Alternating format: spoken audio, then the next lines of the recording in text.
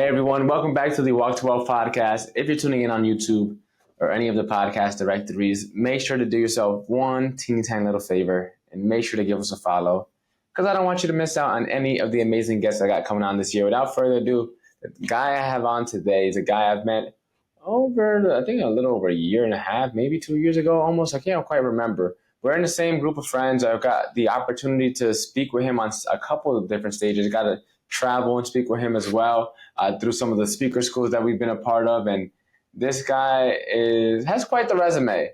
So I'm going to let him introduce himself. So Delaney, for anyone who hasn't had the opportunity, the pleasure to get to know you, to get to meet you yet, man, tell us your elevator pitch. Who are you and what do you do?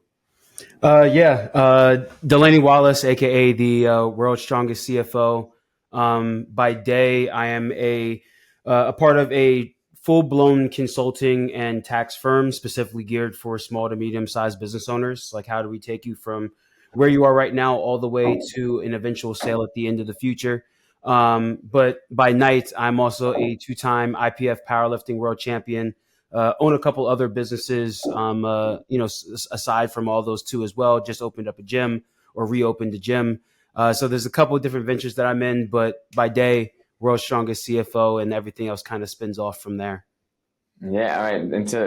I had the opportunity to kind of hear your backstory a few times. We spoke on a couple stages together. But for anyone who's listening, take us back in the time machine. What was little Delaney like growing up?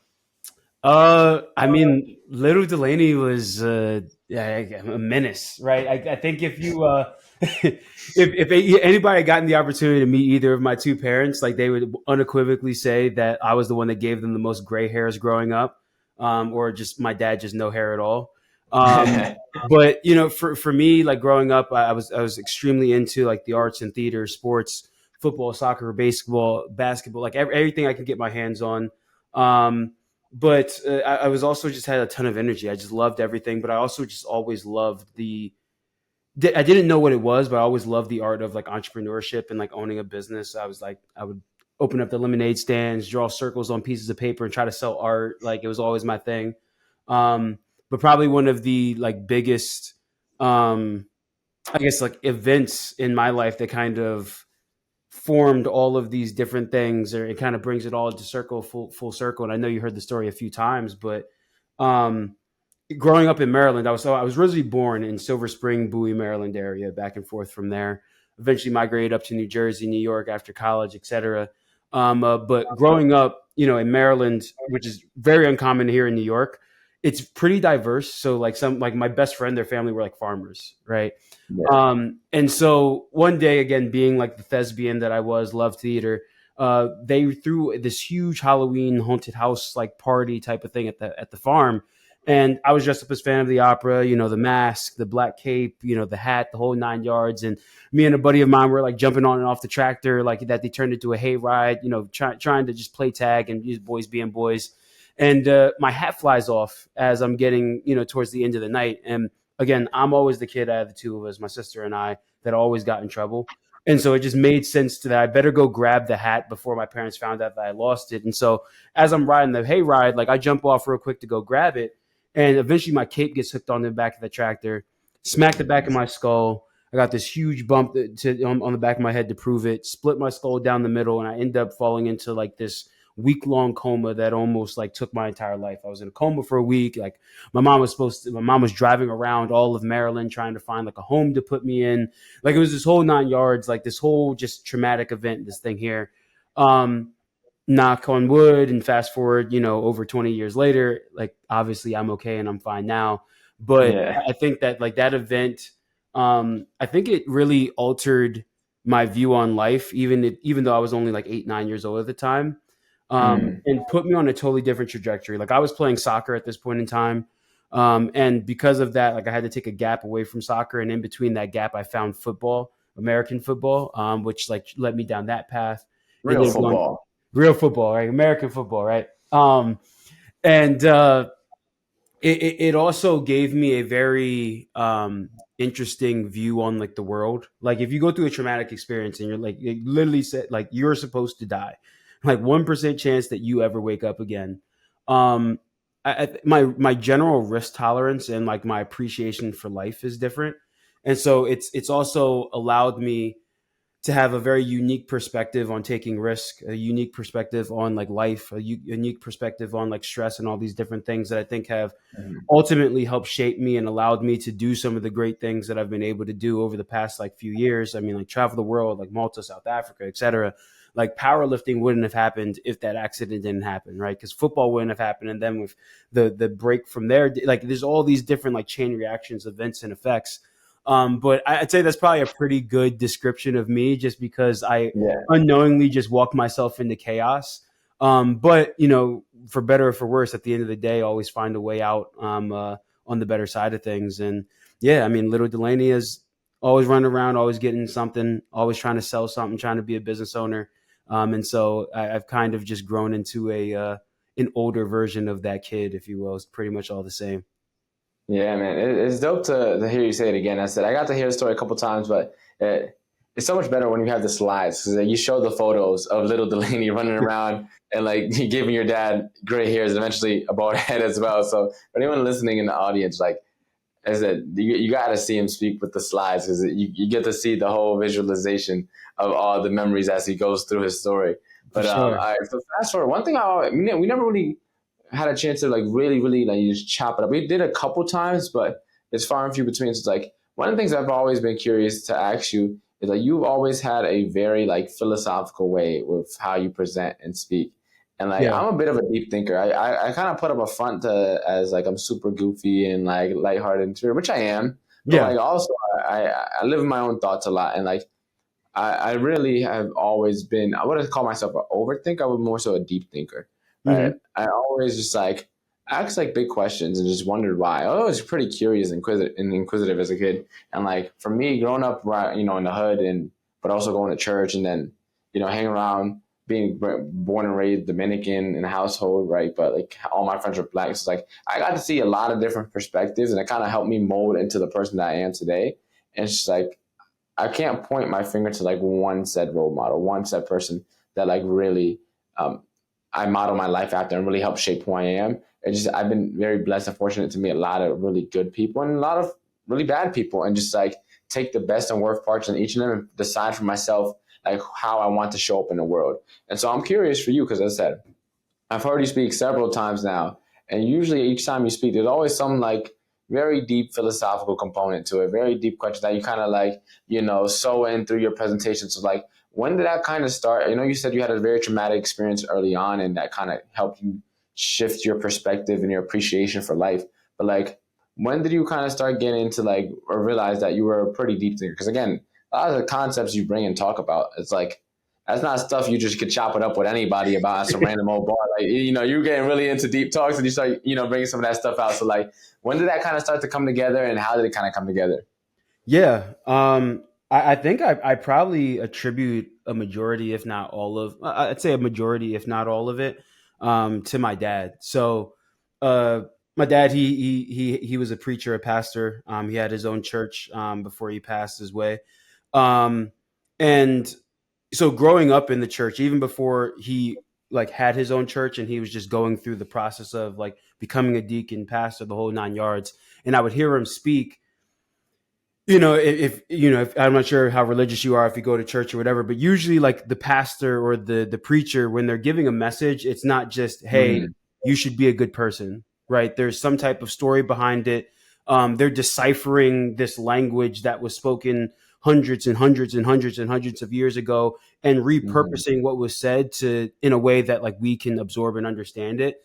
And so, you know, ironically enough, although as I started to get older, you hear your dad preach enough, you're like, okay, I'm gonna hop outside while he's talking and go talk to one of like the deacons outside or something, because you know it just sounds like your dad's preaching to you again. Like you get it every day. But I yeah. would say I think like over just years and years of listening to him speak and listening to him tell and describe stories and go through like the thought process of like repurposing a lesson of a story, um uh it just kind of really rubbed off on me. Like, not that I was like Mm, looking to get that type of like, I guess, philosophical thinking, but like my dad was a very philosophical thinker. Like even outside of like mm, preaching, if I ever got in an argument with my dad, like I needed to be ready. Like it was a full blown like Yeah. World War III, like mind war, because like he used words literally, he used metaphors, and he knew how to speak and just create a picture in a way that not many people did. And so I think that um run from like listening to him speak, and then as a kid, like you're trying to, combat and go back and forth every once in a while too. I think between all of that, a lot of that just comes down to just like my dad and how he thought. Um, Yeah. and being around him, like we grew up, I grew up watching like all like the Ip Man, like Jackie Chan, Bruce Lee, like Kung Fu, like old school martial arts movies. And usually like that Asian culture has a lot of like philosophical teachings to it. And I was very drawn Yeah. to all of that. And I just think it's just a culmination of just all those different pieces, especially in my early life. And then as I get older, I kind of just take all of those different pieces and see how I can reapply it to something else. And Yeah. so, yeah, That's that's dope. really where my mind goes. You mentioned a couple of different points I want to touch on. So for me, so similar to you, so I started going to the church. Well, my dad wasn't pastor, but I started going to church around third Okay. grade. Okay. And so like for me, it's so interesting, like because that had really helped shape who I was. I started off with Fun Fridays, and like the church every Friday, they would take the kids. We would play like Mario. This when the GameCube was still like the big thing. Like we would play, Mario Kart and some like Naruto fighting game or something like that. And after all the kids played, they gave us pizza, and then they would give us like a kid Bible study type of thing. And so that's kind of like that was my introduction to Christianity and going to the church. Started off with those Fun Fridays. One of my neighbors invited me one day, and I just decided to come, and the rest is history. But like it's interesting now too, because I still go to the same church. Like now that I'm like a professional speaker, right, and like I understand communication a lot more. Like it's different now when I hear sermons. Like back then, I was just trying to listen to get the message and try to see whatever I can listen to. But like now, it's like, okay, like why is my past, like why is this his style? Like why does he say different things the way? On top of also trying to figure out what the message for that day is and understand the message. And so, like, part of it is like, okay, why did he present the message this way? Like why did he choose to use this analogy or this framework? So it's interesting now going to church still, like, but like now as a speaker, because now it's like I'm analyzing what he's saying for like my spirituality, right? But I'm also analyzing what he's saying from like Your as a craft. speaker and how he's saying it. So it's like it's different now going to church, but it's interesting. And so you mentioned too also about Asian culture. So I didn't even watch much Asian movies. I watched anime. That was my thing. And like a lot of people like growing up, people used to crack jokes when you watch the anime and bring it up. It's like, oh, you watch them cartoons, you're too old for that. Like, whatever. But like anime, the amount of gems that they have like embedded into those shows is like literally insane. Like you watch Naruto and think it's a bunch of ninjas just jumping around and throwing shurikens and fighting and whatever. But it's like then you hear one of the main characters hop on a monologue, and then you start questioning life. And like, for example, like Madara is like one of the main villains for anyone that's watching that's not into anime. Like Madara is one of the biggest antagonists in the show later on in the series. And like, yeah, if you just listen to like his monologues, bro, it'll really make you question life. Cause like he be spitting. Now I think he's wrong, but he makes sense. And like back to what we were talking about with perspective, all those like I think Eastern philosophy, like the Eastern principles, I think a lot of those like if they were applied here in the West, I think overall would make our society a little better than where it's currently. And that's Mhm. it's horrible, but it definitely would have improved things a bit. But Yeah. like also just like seeing like living here, but like learning from as these little animes, which everyone thinks are cartoon, but like I actually have these little deep philosophical things embedded into them. It kind of helped shape my view of the world because like it was just they get so deep, and that's I think where it kind of stemmed from. I think the earliest time I could really pinpoint something. I remember in seventh grade, that's when we started doing argumentative essays, and so for Okay. whatever reason, I hated writing like narratives, all that stuff. Like I hated writing that stuff, but like the argumentative essays for whatever reason,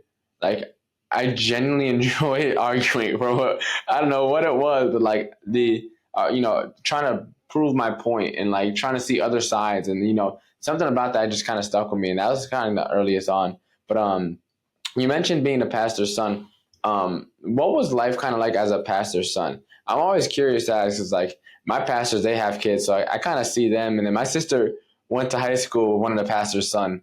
So it's like I got to see like from her kind of through her lens, like how it was like. So like, what was life kind of like for you? Because you said your dad's a preacher and he's always giving a word, but like you kind of get that at home all the time. And it's just like, what was that kind of like in growing up?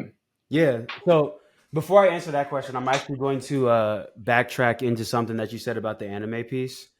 Yeah, yeah, So yeah. like I actually don't listen or watch much anime, although like ton of my friends do. In the powerlifting community, it's like very, very, very popular. And it's Yeah. not that I don't want to; it's just literally with everything that I do, I just lack the It's time hard to find a time. to sit down and like I have one of those obsessive personalities where once I'm locked in on something, like I need to finish it all, right? So like if I Yeah. started like a show, like I need to get to the end as fast as humanly possible, and I'll do absolutely nothing else. I won't eat, I won't sleep, I don't drink. I'll just like, right? But I did have a stint of time earlier this year where a buddy of mine and his fiance Kaiko and Nina, they introduced me to this anime show called Blue Lock. I'm not sure if you're familiar with it or not. I, is it the soccer one or Yep. no? Yep. So it's Yeah, yeah, yeah, the soccer one where they're all trying to learn how to be strikers. And so the interesting, like, so the main character, and I feel like I relate to him on such like a spiritual level, and I really got into the show because of it. And so I can relate to you saying like how it has a lesson to it. He wasn't necessarily the best at any particular thing, but he had his like superpower, his like ability was to absorb like the knowledge and the techniques and the mannerisms of the people around him and then repurpose it to then give him what he needed in order to like win. And for me, like in terms of just like, hey, how you go about life or anything like that, like it's something that I've started. It's something that I naturally adapted without knowing that I was doing it. So from playing football, soccer, baseball, but also doing theater, lacrosse, singing, a cappella, like business, all of these different things that seem so very disjointed and not connected to each other. I've always somehow just been able to connect the dots between all of them. And what can I pull from music that I can use for business? What can I pull from athletics that I can use for work? What can I pull from work, for, like back and forth? And, and so I think it's also bled into my like my speaking, which I know you've seen. It's just like I do all these different things, and somehow like on in one talk, I'll talk about all of these different kind of lives that I've lived, but it all comes down to one concise point because I do think that everything is interconnected. And so like I actually like do genuinely I wish I had more time to watch like more anime because I feel like yeah. it would probably like I'd probably enjoy it even more.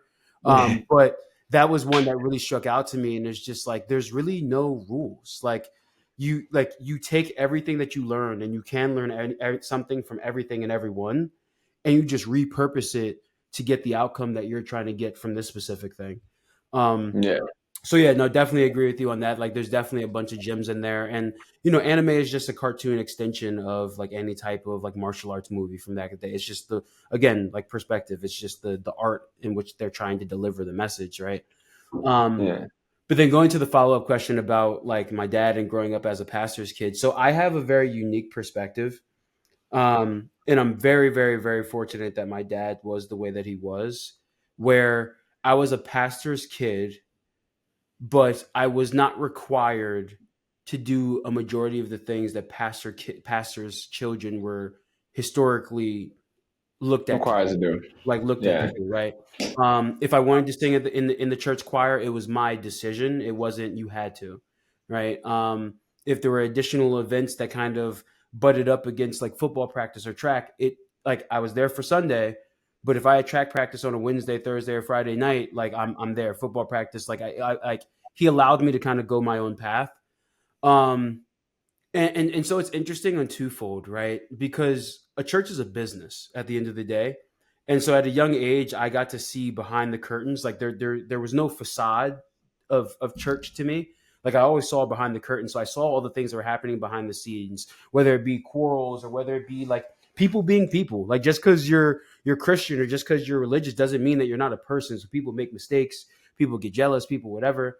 And so I got to see the business aspect of it. And so it allowed me to view church in a slightly different way, where like not all church people are saved, right? And not all people that don't go to church aren't saved, right? And so it allowed me to look more at what people do and how they live, and less just the outward appearance oh, I went to this one location for a couple hours on one day a week, and then the rest of my life I don't live like a holy life, right? Yeah. Um, it taught me a lot about how to handle conflict, seeing my dad handle different personalities and trying to, make sure that everybody was good and move the church and move the general population in the right direction, all while having to play some type of politic type of game, even within the church, because that's how humans are, right? Whenever they're close to Yeah. power.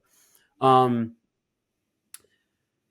but and I think because of that, and because he gave me the ability to kind of decide who I wanted to be within the church and who I wanted to be as a person, like you always hear like the pastor's kids, like they go rogue and they start like doing crazy stuff and they always end up like worse off for it.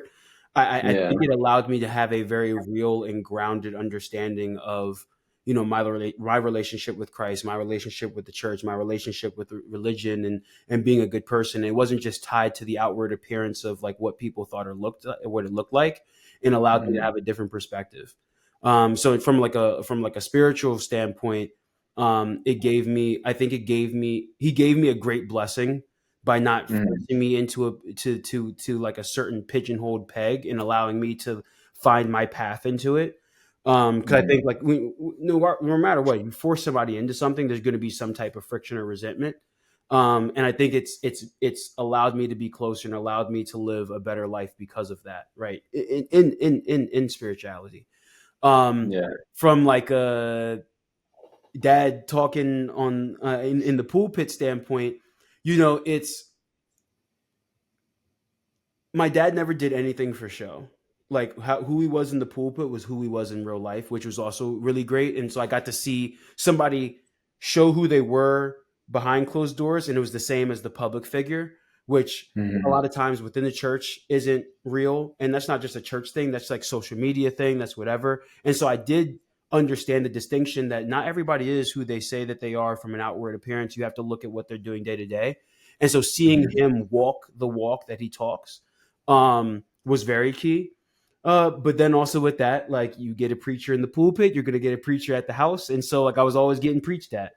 And so, as you get older, you're like, oh, I gotta sit through another 45-minute sermon. I was like, yo, I heard this story, at Christmas dinner. I heard this story because I didn't get good grades. Like he said it a different way. He wasn't as nice to you guys. He wasn't as nice to me about it. Like he was kind of mad, but he's giving you the nice soft version. And so, that's where, every once in a while I would actually like when he would go up for his sermon, I would actually leave the church, and it was less of a I didn't want to hear him speak, but it was more of a I ended up formulating a really good relationship with some of like the deacons and some of the other like staff of the church. And so sometimes Mhm. I just use that as like a moment where I could speak to another like man of God in a different way that wasn't my father. And you Mhm. can kind of have conversations that you otherwise wouldn't, right? Whether it be for judgment, whether it be because you didn't want to get in trouble, you could learn a little different, but you could also get perspective, right? My dad's perspective isn't perfect, it's my dad's perspective. And so learning another perspective and then molding it with my dad's, who I had great respect for and I knew was on the right path, it just gave me a lot of different things and avenues and voices to listen to. And so I think that's also going back to the other thing about like how philosophical I do get at some points in times, as like goofy and fun as I can be. A lot of times, like there's a lot that actually does go and like stem into my head. A lot of it is just a multitude of just different voices that I've been able to, accumulate and talk to and learn from, and then kind of fold them and mold them into each other, on that, and then get my own conclusion from it. So I didn't have I'd say the traditional pastor's kid type of thing where I Mhm. was really forced to do everything. You are looked at under a microscope, right? If I did anything wrong, everybody's looking at me even more weird than the next guy. So you do have to put and carry yourself a certain way, but I never felt like I needed to be somebody that I wasn't. And so I didn't hold Yeah. any resentment for it, which is where I feel a lot of people do hold resentment for it, whether you're a pastor kid or not, whether it's like even something else, like, grades, whatever the case may be. But since we're on the topic of like church and all that, and so I was very blessed and very fortunate on that end. But it is a very different perspective, and everybody wants to be, all the adults want to be your friend because if they're friends with the pastor's kids and everything's good. So like there's a little bit of brown nosing too. And so you, at a Mhm. young age, you start to learn the like the politics of how people works. Like, oh, okay, like this is a favor, but this favor, like in how people work on that end. And so it allowed me to kind of understand bartering and trading and negotiation and all that in a very real, real sense, real world Yeah. application, but with like very little risk, right? There was nothing to be like lost, right? Yeah, Um, you mentioned a lot of dope points that I've also like kind of experienced and seen firsthand in the church. First, I mentioned a lot of dope points. I'm trying to hit on as many as I can yeah, in for the order sure. that you hit them. So the first I know I one rambled. is no worries. You have a lot. This is my job, right? I'm supposed to take the lessons that you're trying to spit out, right? So the first big lesson is like free will versus determinism, right? And so like that's a big philosophical question. Like, are we destined to have a certain outcome, or do we actually have free will? And there's no right or wrong answer, but like, I bring that up because your dad kind of demonstrated that. And as God gave us free will, sometimes it's funny because like the pastors would then enforce God onto their children and almost determine how their life should be lived for them instead of giving them that same free will. And so, Mhm. like, kudos to your pops for kind of giving you that because I seen that firsthand where it's like you're kind of like force fed something, and whether it's the church, whether it's a diet, whether it's sports, whether it's whatever it may be, and it just, as you said, it leads to a lot of resentment and hatred towards that thing. And it's not even because of the thing itself, but because they were forced into it a lot of times. Right? They probably would have liked it anyways, but because they were forced into it, now it's like, I don't like being told what to do and forced to do something. And because of that, now I don't like it. And then they attach that feeling to whatever that thing happens to be. And so Exactly. like that's Exactly. a big, Actually, the first, I I'm like that you I'm mentioned gonna that. jump on that point. Actually, I'll give you a real life example. Something going through right now. So, because I bought into this gym in Mount Vernon, like a bunch of people were asking me if we can turn the gym into a 24-hour gym. And so, objectively, the numbers show that nobody shows up at 2 in the morning to the gym. You might get one person that might come somewhat consistently, and everybody else, like they'll never show up. It's maybe a one-off thing because they got off a flight or whatever, blah, and they need to get in at like 11:30.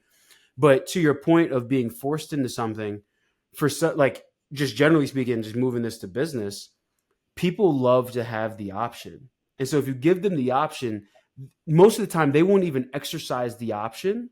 They just like to know that it's there in case some random event happens that they actually want to use it and they value it, which is going back to your point of like not wanting to be forced.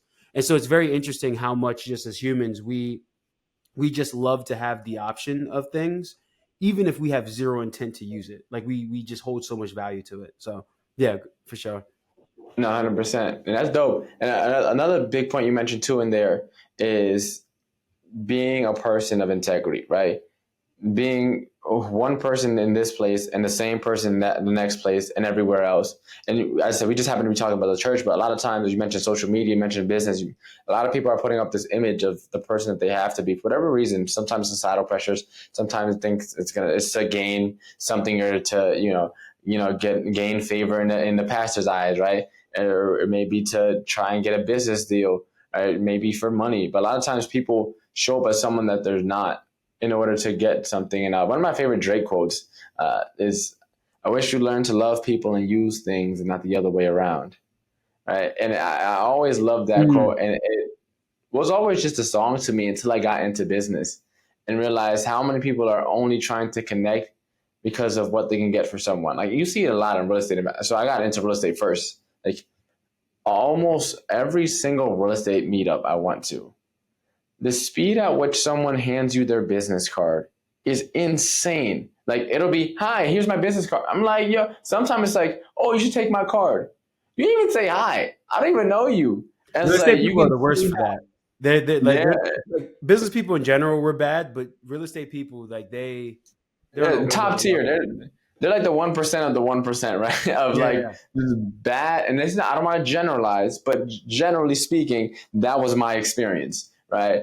It's just a lot of people are just very transactional, right? It wasn't really relationship driven at all. It was very transactional. We're connecting for business, which is good, like cool, like we're gonna do it, but like I mean, if we're in a preaching that we're in an industry where people do business with people they like, know, and trust, and you're not building any rapport, you're just handing out business cards. You're just like, it's not congruent. Like, your actions are out of alignment from what you're preaching, type of thing. And so it's like a lot of people, and it just happens to be real estate. That's the industry I ended up getting into first. But like a lot of people everywhere, as they claim to be a person that they're not. And you mentioned like, in the church, a lot of people you see the quote, you see the behind the scenes, and I seen that firsthand growing up. And I'm not the perfect Christian, I'm not the perfect example by any means, and that's not what I'm saying. But like you see like how people are in church, and then you see them outside in the regular world, and you go to high school with them and eventually college with them, and it's like they're almost unrecognizable.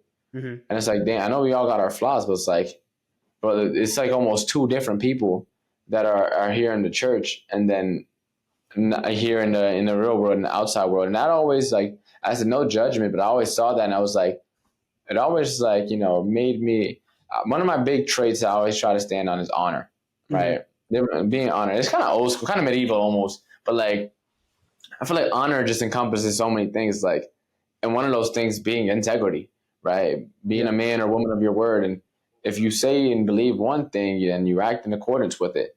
And of course, we all have mistakes, but like it shouldn't be two different people. It shouldn't be two different lives that you're living, right? And so that was another big point I wanted to hit, because I saw that a lot growing up, and I saw a lot of people that I went to church with end up, eventually straying away from the church altogether. And it's like, but it wasn't like an overnight thing where it's like, hey, I'm not going to any church anymore. It's like, you see, we get into high school and now parties are involved, right? And now in parties, people are drinking and smoking.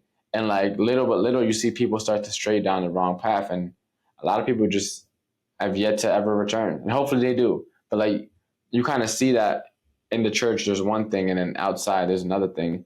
And so one of the big reasons to it, because I stopped going to church for a little bit, mainly because of the pandemic and it was closed. But then I started working, and then I was working on Sundays, and then I couldn't make it a lot. So for a 3-year period, I barely went to church at all.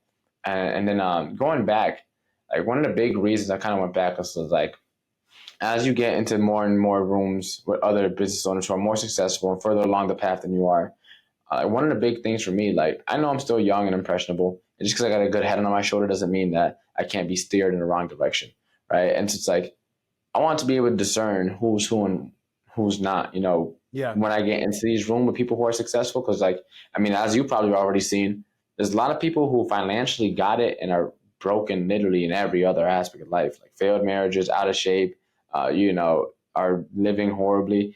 Money's up, house is nice, car is new, but literally every other aspect of their life is kind of just like slowly but surely like just deteriorating and falling apart. And like for me, I think that you can have your cake and eat it too overall. Like you can have a good life spiritually, you can have a healthy and happy marriage, you can have a happy family, you can have a happy and big successful business. You can have it all. You can be in great shape and do, run Ironmans and triathlons, whatever you want to do, play basketball, and you can have it all, I feel. But like a lot of people tend to, it's back to that old quote, like not being able to serve two masters. Mm-hmm. And I feel like a lot of people put the world first, and like it shows, and it ends up to a life that I personally don't aspire towards. And so like a little bit of a tangent, but like that, I love that you mentioned that, because it's real. That's you see that if once you're in the church, you very quickly start to see like the politics of it. Once you start to realize like everything, like, and as you get older, it kind of sucks because it kind of takes away that almost like Christmas and realizing Santa's not real. Like you hold it to such a high pedestal almost in a way, but then you got to kind of get to see like the reality. And sometimes the reality isn't always the most as beautiful as it's drawn up to be. And like, that's not to say that it's bad. It's just to say that it's different when you see some things for, all of what it is and not just the part that you enjoy most. So the interesting thing about it is, it's like if you listen to like the stories of the Bible, like nothing was actually like fun. Nothing was clean. Nothing was like smooth. Like Jesus was getting his butt kicked. Like everybody was cursing God. Like and then like famine, this, that, and the third. And so like in an odd way, like being able to have the curtain kind of removed from the whole like facade that like the church is just this perfect place where nothing bad happens, allows you to really absorb the word of God for what it is, and not its like Christmas version, not it's like Saint Nick Santa Claus version, but like the Yeah. actual version, right? Um, and so I guess again, it all for me, and you know, for me, it all goes back to perspective. Like rose bush grow thorns, or thorn bush grow roses. Like everything there. And so, just my perspective of it is, well, if I know that this is how things are within the church, and everybody within the church is human, just like me, then maybe, just maybe, just talking from like, okay, like it gives you the courage and the confidence to actually talk and go forth and try to fix some of the things that are wrong about yourself, knowing that not everybody is perfect, and instead of just trying to Mhm. hide what you're doing on the weekends or whatever the case may be and acting like everything's okay, maybe at its core it can actually get fixed because you're willing to actually admit to the fact that, yeah, I'm not human, and I understand that every single person in this building isn't human as well, is human Yeah. as well, right? Um, and so I guess it all kind of goes back to perspective, because it's like if we're all playing this facade and this like this this actor or actress, you know, on stage every time we're every time we're worshiping, and then we leave and we're a whole another person, then like, yeah, okay, we put on the facade for like you and me, but like the big man upstairs knows that we're fronting. You know what I'm Yeah. saying? And so, and that's the only relationship that really matters. And so, again, I guess everything is just perspective. And I guess that's kind of just my perspective on like the church and what I was able to learn, you know, kind of being behind the curtains as well as in front of the curtains, and everything in between. And it's interesting. Yeah, it's very interesting. You mentioned perspective a lot, and one thing's another good point that you mentioned through kind of like throughout this whole conversation too. It's like that you have all these different, almost like mini lives. You mentioned, right? You had a season in your life where you were playing soccer, a season where you were playing football. You're still in your season of powerlifting. You're in the season currently of also being, in the financial planning space. You had a season where you're literally on almost death's doorstep. Like you had so many different like, and you did theater as well, which is like super interesting because like I did monologue. I don't know if I ever told you, I did monologue for my church. I doing like won Okay. back to back first place trophies for my church back in the day. So I wasn't like super into theater, but like I got a little experience in there, a little act. I had to put on. I forget what I talked about. I remember wearing this.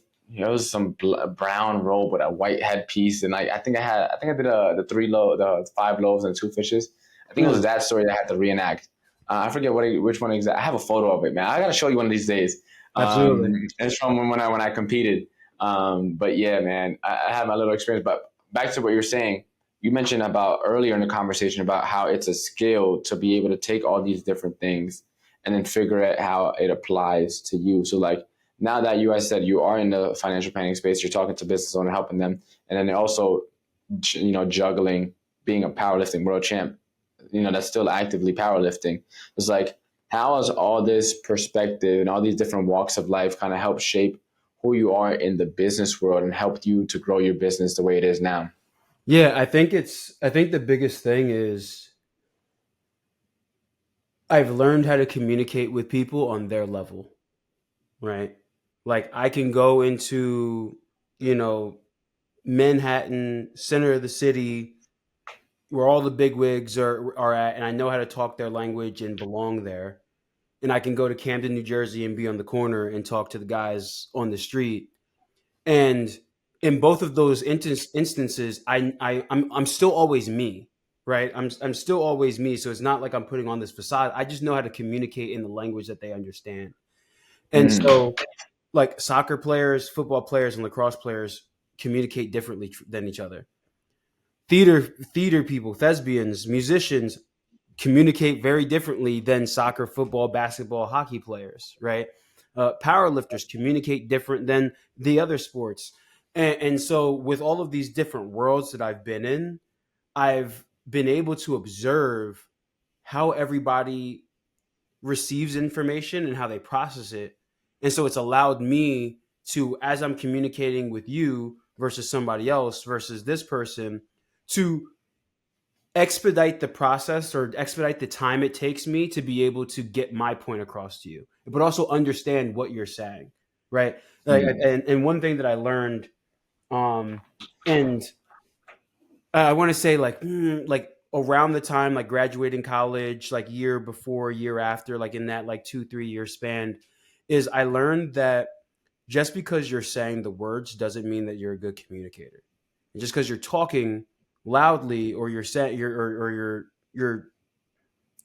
beating somebody down with your point doesn't mean that you're a good communicator. A good communicator is being able to make the person across from you understand what you're trying to say, right? And so I say all that to say that all of those different worlds has allowed me to get into the minds of people that don't naturally think or look or act like me, so that when I need something from them or when they need something from me or when we need to communicate in general, I can take what's in my head and get it in their head in a way that's less confrontational, that's more soothing, that allows them to take action. And that's what being a business consultant, a tax strategist, like all the business side of things, that's all it is. It's my job is how can I get the person across from me to take action, right? I could have all the knowledge in the world, and if you're a client of mine and you don't do anything that I say, I failed, right? And so how can I put that sense of urgency on you, allow you to understand what it is that I'm trying to get done, and then give you enough conviction behind the words that I'm saying to actually take action. And I don't think that I would have gotten that if I wasn't in theater and played lacrosse and did track and was in Boy Scouts and was in powerlifting and traveled to South Africa, Malta, like France, like all these different places. Because now I understand so many different things about so many different other people. And, I can get on a call with like your great grandma and talk about Les Miserables. Like, you know what I'm saying? Like, she doesn't care about A Boogie, or she doesn't care about Ace Hood, or she doesn't care about Drake. She don't know it. But like, oh yeah, like, you like theater? Oh yeah, what's your favorite show? Les Miserables. Oh, you watch Les Miserables? And now all of a sudden, even though there's a 20, 30, 40-year gap in age, we're best friends because I understand what it is that is going through their head. And so I use that as an example because that actually happened to me one time. I was talking with somebody that was probably like 30, 40 years my senior, and I recognized something, and we started talking about just like theater for like 10, 15 minutes. And all of a sudden I wasn't this 20-something-year-old kid that was, talking to them about, whatever. It was like, oh no, like I was an equal, right? Or at least they saw me as such. And so I think that's the biggest component that's helped me in business. And it's helped me, and what's giving me value there is that it made me a way better communicator. And then on top of that, again, like listening to my dad had a very interesting way of communicating, especially when he argued. And especially when he argued, he had this very unique way of bringing you down like a storyline or bringing you through a train of thought, right? And so it's like, okay, if you believe that this is true, because he was also an engineer by trade. So he was an engineer for Sony before he actually became a pastor and all that. So like he's very methodical and like a technician on that end. And so he would bring you down your own thought process, right? So that you're agreeing the whole time. You're like, yep, I agree with this. I agree with this. This is what I said. Absolutely. And then at the very, very last second, he would show you how your thought process agreed with everything that he was saying, right? And so he essentially made you dig your own grave and then let you hop in it and then let you close your own casket. And so enough of that as a kid, and you run in circles around me every time I argue my point, and I wanted to do, like, eventually you start to learn the game a little bit. And that's what and people hate arguing with me because I do that now because it's just like that's how I learned to argue. I just watch my dad, right? But also when I speak, and I'm sure you can attest to it now because you heard me speak a few times, my goal is to not tell you what my point is until the very last possible second. Like I want you to be like, what, where the hell is he going? And at the very last second, I want to open the curtains and say, well, this is where I've been trying to get you to the whole time. And so for me, I always found it was very engaging, whether it's an argument or whether it's storytelling. And so again, going back to all of those different pieces, it allows me to take all of the stories and the lives and the things that I've been able to like see and feel and touch and experience over my lifetime, formulate stories and formulate a way of using these as examples to then get my point across, even when it comes to business or finance or taxes or whatever. And so, yeah, very long-winded way of saying like that. That's really how all of those things have kind of come. And I think really helped me a ton when it comes to just like the business side of things. Yeah. You mentioned a few good points there. The one that I really heard you started off with is people don't want to be heard, they want to be understood. Yeah. Right. And also we want to be understood. And a lot of times we're just talking at people's heads, but we don't learn how to actually communicate, as you mentioned. I learned very quickly once I got into business that having a gift of gab doesn't mean you're good at communicating. It just means you're good at talking. And you can talk to anybody about anything, but delivering a message that impacts somebody, that inspires someone to take action, there's a step beyond that, right? Yeah.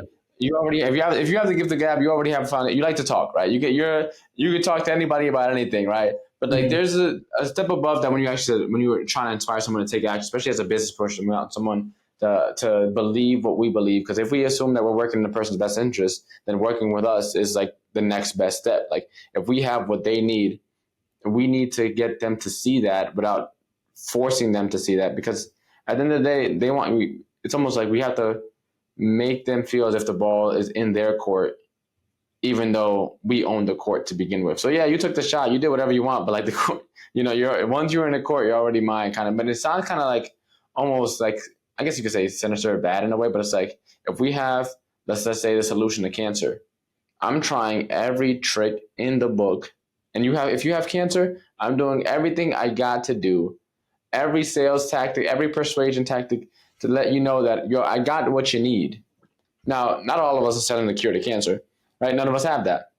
But like if in our businesses, in our day-to-day, like we're working with people, if they genuinely are a good fit and they genuinely will benefit from what we're providing them, then we need to become better communicators so that they could see what we see, because we're genuinely trying to help them. Assuming we're coming from a great place and we have good intentions, right? If you're not and you're just trying to make some money, that's a story for another day. We're not talking about that, right? But like if you're genuinely trying to help someone, sometimes they can't see it the way you see it. Why? Because they're different people. They have different perspectives, and maybe they're not looking at it through the right lens. Like, how do you get that?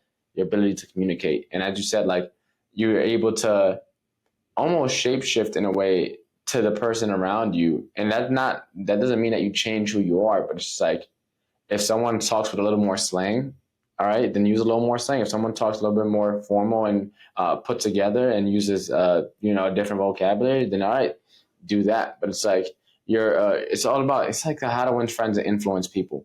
That book talks a lot about that, that particular trait of like talking to people in the way they want to be spoken to in a way. And then also too, there's another point too that you mentioned. You mentioned a lot of good points. You mentioned when you're speaking, right, of leading people, your dad arguing, there we go, of leading people down their own train of thought and then digging their own grave and then having them hop in it. It's such an interesting way to see the world, because like when you're, as I said, trying to get people to believe what you believe, you can see a lot of people think sales is you versus them, but a lot of times it's like, no, you guys are on the same side. And you have to get them to see that. Now, in an argument case, it could be to, show you that you lost the argument. But like in a sales and business perspective, it's like, no, we're on the same team. It's not me versus you and I'm trying to convince you to pay me. No, it's us versus the problem that you have. And we're trying to solve it together. Now, it could be working with me, or it could be me referring you to someone else that may be a better fit for you. Or it could be me referring you to something entirely altogether. So let's say you came in for a weight loss solution, but you don't really need to lose weight. You just need to build muscle. So it's an entirely different thing, right? And so like sometimes people try to think of sales like me versus you, but it's like it's us versus the problem. And when you align yourself on the same side as the same person, well, then in an argument case, you can get them to build their own grave and jump in it. But in a sales perspective, in a genuine business perspective, you can also get them to build their own. I don't know, what would be the opposite of a grave be, but let's say a grave, the good opposite of a grave. Yeah. Hop into their own kingdom and, and thrive in that. But yeah. So it's like one thing that that you do notice, that again, this is not something that like, again, my dad never told me this, but there's a lot of things I just learned over time by like just analyzing. One thing that you start to learn by using that like strategy, tactic, way of communication of essentially like just allowing the person to explain to you what they think and allowing their thoughts to essentially agree with you, is you find that most people, they argue not because they believe the point, they argue because they just want to be right about something, right? And most people, the through line of their underlying thoughts don't actually connect, right? If 2 plus 2 equals 4, that means 1 plus 3 also equals 4. And for sometimes people are like 2 plus 2 equals 4, but 1 plus 3 equals 15. And so if you just allow them to use their own thoughts, their own analogies, their own whatever, and say, okay, well, if you believe this, then this is also true. If you believe this, then this is also true. Yes, you believe this is also true. And you'll find that a lot of times people's thoughts don't actually connect with one another. And so they have very conflicting thoughts, which again, going back to like an argument side of things, or which also then goes to sales, is that's why so many times people's actions are so much different than their words, because they like to pick and choose when they have underlying beliefs. And so if you remove the story, if you remove the specific action or whatever that you're talking about, and you're just talking about the underlying thought process, the through line of somebody's thought, it's way easier to get to some type of conclusion. And sometimes that conclusion is simply their thoughts are disconnected. Sometimes they're just like, like I want everything to be fair except for this. And it's just like, I just don't care. Right. And then you just realize it's not that they want there to be equality. They just want this end result because it fits for them. And that's perfectly fine. But that means you guys got to a conclusion that this isn't about trying to find a mutually beneficial, outcome. This is just somebody that just wants their cake and wants to make their cake and eat it too. Right. Which is also a great conclusion. Right. And so it's just a lot, like the psychology of people is just so weird. And so, and that's why I love it so much. Cause again, just going back and being able to just be around so many different people is like, but like, again, it's like shape shifting, but not changing at the same time. It's like, I actually did do theater. I actually am a world champion powerlifter. I actually do work in finance. I actually was a football player. Like, I actually was and am all of these different things. And I just know how to let each one come to light when it needs to. But yeah, man. But yeah, just going back to just like the through line of people's thoughts and all that, like the more you do that, the more you actually realize that a lot of times people's thoughts don't actually connect with their own, which is even more intriguing as you get deeper. You remind me of this. I forget. I took a theology class back in college. Probably one of the only college classes that I enjoyed before I dropped out. But they were talking about. I think it was. I don't know if it's Buddhism or it's one of those Eastern or Taoism. I forget which one. I think maybe like Taoism. One of those was like in like older like Eastern like philosophy, such religion or whatever. And it was talking about like how there's different kinds of leaders, right? And there's like the leaders who like, they force everyone to do what they want because of the power and fear, right? Then there's like a leader who gets the people to do their will because everyone loves and admires and respects them. And then there's like I think it was 3 or 4, but the final leader was like the person who gets everyone to do their own will, but not because he's this big public figure. He's actually someone in the shadows, but he gets everyone to believe his will is their will. Mm-hmm. And so the people are carrying out what he's doing or what they're doing or what they want them to do, but they believe that it's their will, it's their choice that led to that. Yeah. And it's like kind of to what your point is, like, if you let people kind of like just go through their own thought process, their own through line, like you're almost guiding them without saying anything, just letting them guide themselves. And the whole time it just happens to, lead to where you want to lead to. But it's like, you're not forcing them. You're not steering towards them. You're not helping them make the decision. You're literally just letting them guide themselves. Yeah. And that's where I feel kind of like effortless. And like, one thing I really want to ask really quickly is, I know we talked a lot about philosophy and psychology and like the mind and religion, but it's also just because like I was genuinely curious because we haven't really got to chop it up really much. I got to hear your story. I got to hear about your business, but I never really got to see like where the depth of your thoughts kind of come from. So which is why I kind of like wanted to talk a lot more today about like the deeper side to Delaney. But like, where can we find you? Where can we connect with you if we did want to work with you? If we did want to keep up with your powerlifting journey, even if we're local and want to sign up for the gym that you have, you guys just opened up not too long ago. Where can we find you? Where can we connect with all things Delaney? Yeah, absolutely. I think a majority of my content, as we're going to start pushing it out, is going to be on Instagram. So it's just my name, Delaney Wallace, at Delaney Wallace. Just take out the first E.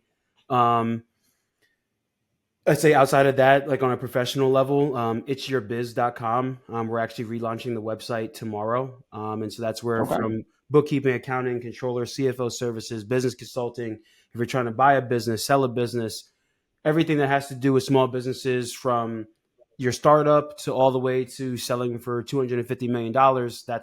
That's our wheelhouse. That's who we work with. And then for all of you gym rats out there that want to check out a pretty, dope gym here in the Westchester area, Mount Vernon Barbell is where we are. South Fulton, Mount Vernon, and yeah, I think you'll really enjoy it. We're doing some really cool stuff. I think the smoothie bar is getting finalized and built out by the end of this weekend. Working on, haven't really announced it, but I'm working on trying to get a barbershop built there as well. Sauna's getting put together, trying to get some new apparel. There's a bunch of stuff: bodybuilding, strongman, powerlifting, the whole 9 yards. Really trying to make it nice. And yeah, that's where you can find me. Bro, that's fire, bro. Speaking about smoothie bars, before we get to the famous 5 questions, literally, so we're recording this on New Year's for anyone listening. Literally yesterday, trying to make myself a protein shake, freaking blender, freaking burnt out. Like that shit won't even spin anymore. Oh, That you drink must have got stuffed that absolutely thing. destroyed.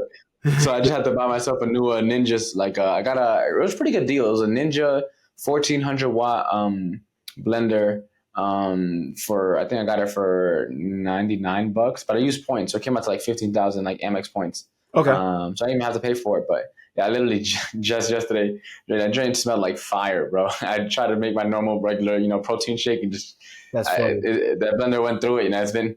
It survived a good enough time, so it didn't go out sad. Okay. Even though it broke, it had a good career, had a good lifespan. But yeah, so Delaney, question number one: what is the most impactful lesson you've learned in life?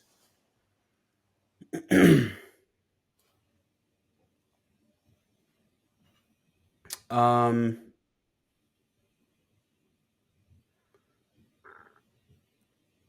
I say the most impactful lesson that I've learned from life is that there are no rules.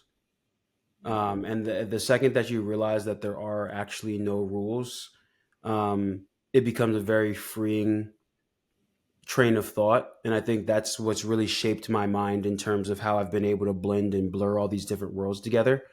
It just allows me to look at the world like at a totally different lens. Like there are no rules. There is no one way to get to the end of the tunnel or get to the other side. The goal is just to get to the other side. And so it really allows me to be more creative and just look at the world, people, relationships, everything in a totally different light. What is the most admirable trait a person can have? Most honorable trait a person has. Admirable. Sorry, I suck at Admirable. pronouncing the word. I should have picked the Admirable. easy word to pronounce. Oh, all good, man. I'm dyslexic, so um, I'd say honesty. I'd say honesty. Yeah. If you had to change someone's life but only had one book to recommend, what would it be?